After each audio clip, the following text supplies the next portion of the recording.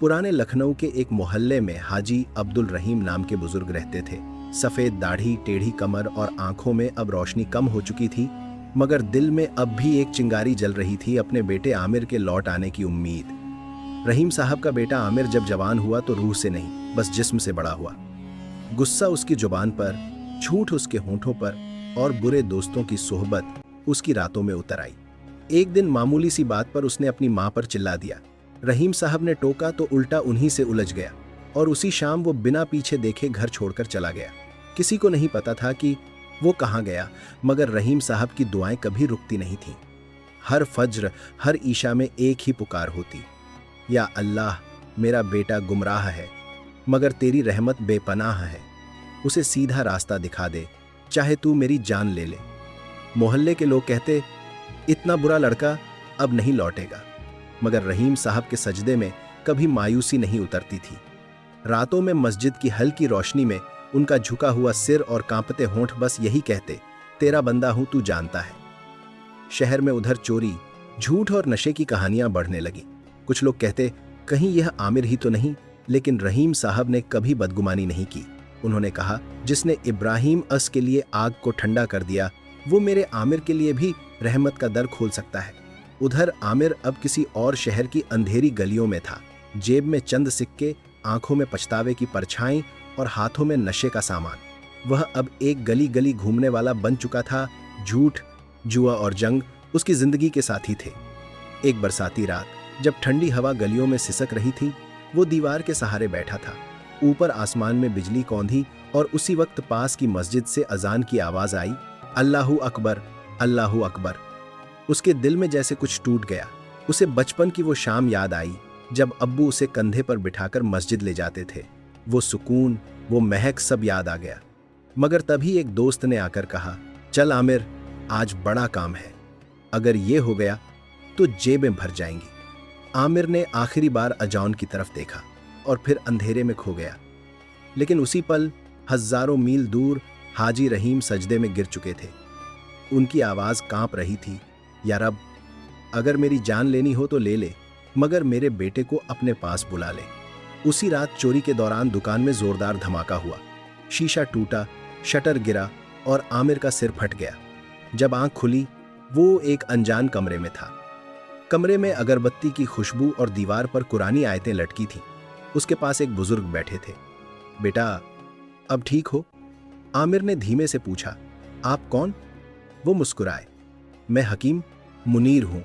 कल तुम्हें खून में लथपथ पड़ा देखा, अल्हम्दुलिल्लाह, वक़्त रहते बचा लिया।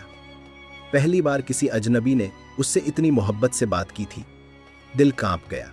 जब वो चलने लायक हुआ तो हकीम साहब बोले, बेटा, रहना कहीं नहीं तो यहीं रह जाओ, थोड़ी मदद कर देना, और हाँ, नमाज का वक्त है, चलो साथ चले। आमिर के कदम थम गए। नमाज सालों हो गए थे सजदा किए हुए, मगर न जाने क्यों वो उठ खड़ा हुआ, वजू किया, और जब पानी चेहरे पर गिरा तो उसे लगा जैसे अंदर का गुनाह बह रहा हो। सजदे में झुका तो लफ्ज़ नहीं निकले, बस 2 बूंदें जमीन पर गिरी, आंसू की, तौबा की, रहमत की। वो अब हकीम साहब के साथ रहने लगा। दिन में दवाखाने में काम, शाम को मस्जिद। हर सजदे में कुछ हल्का महसूस होता, मगर भीतर की लड़ाई अब भी जारी थी। माँ की चीख, बाप की खामोश आंखें, सब याद आता। एक रात वो अकेला मस्जिद में गया और गिर पड़ा।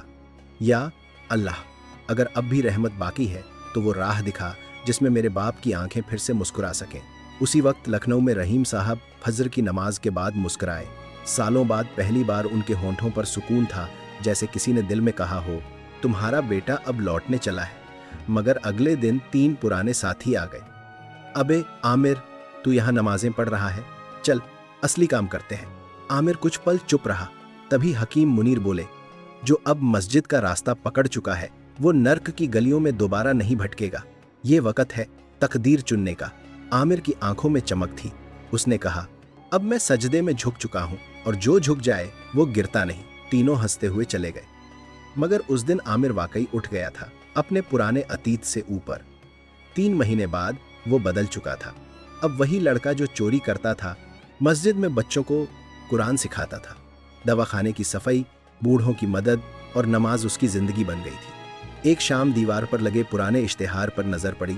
लखनऊ के करीमनगर से गुमशुदा बेटा, पिता हाजी अब्दुल रहीम। नीचे धुंधला फोटो वही आमिर। उसकी सांसें थम गईं। उसने कहा, अब वक्त है लौटने का। हकीम साहब ने उसके कांपते कंधे पर हाथ रखा। जिस बाप ने हर सजदे में तुझे मांगा है, वो तुझे देखकर फिर सजदे में गिर पड़ेगा। अगली सुबह आमिर लखनऊ की बस में बैठा।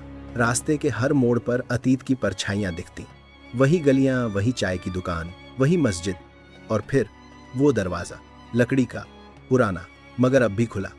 उसने दस्तक दी, टक टक टक। अंदर से आवाज आई। कौन है?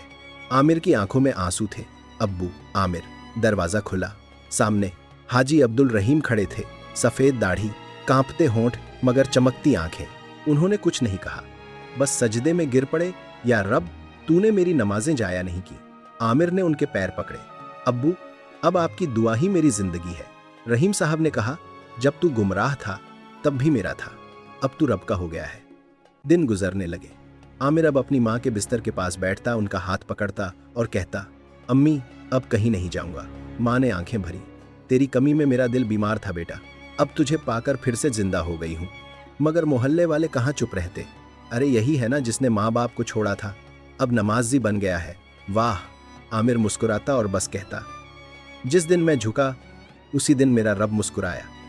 अब किसी और की बात मायने नहीं रखती। एक दिन रहीम साहब ने सबको बुलाया और कहा, जिसने मुझे रुलाया वो मेरा बेटा था, जिसने आज मुझे सिर उठाकर चलाया वो भी वही बेटा है। आमिर, मेरी दुआओं का जवाब है। लोगों की आंखें झुक गईं। कुछ हफ्तों बाद पुलिस आई। तुम आमिर अली हो? 3 साल पहले चोरी का केस है। मोहल्ला फिर कानाफूसी में डूब गया। आमिर चुपचाप गया, बिना कोई सफाई दिए। रहीम साहब ने आसमान की तरफ देखा। या रब, ये इम्तिहान है, मगर तेरा बंदा अब टूटेगा नहीं। सच्चाई सामने आई, वो कोई और था। आमिर बेकसूर निकला। जब वो लौटा, मोहल्ले ने ताली बजाई, और इस बार हाजी रहीम ने सजदा किया, मगर बिना आंसू के, सिर्फ मुस्कुराहट के साथ। अब आमिर मस्जिद में बच्चों को पढ़ाता, बुजुर्गों को सहारा देता और हर दिन अपनी नई जिंदगी लिखता।